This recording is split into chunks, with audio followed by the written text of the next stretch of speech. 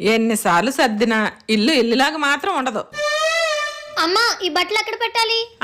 నా నెత్తి మీద పెట్టే, నా నెత్తి మీద పెట్టు. ఎక్కడ పెట్టాలంట? ఆ షెల్ఫ్ లో పెట్టు. అమ్మా ఏం చేస్తున్నావు? బట్టలు తుతున్నానమ్మా. ఏంటి? లేకపోతే వంటగదిలో వంట చేయక ఇంకేం చేస్తారే? అమ్మా షాప్ నుంచి ఇప్పుడే వస్తున్నావా?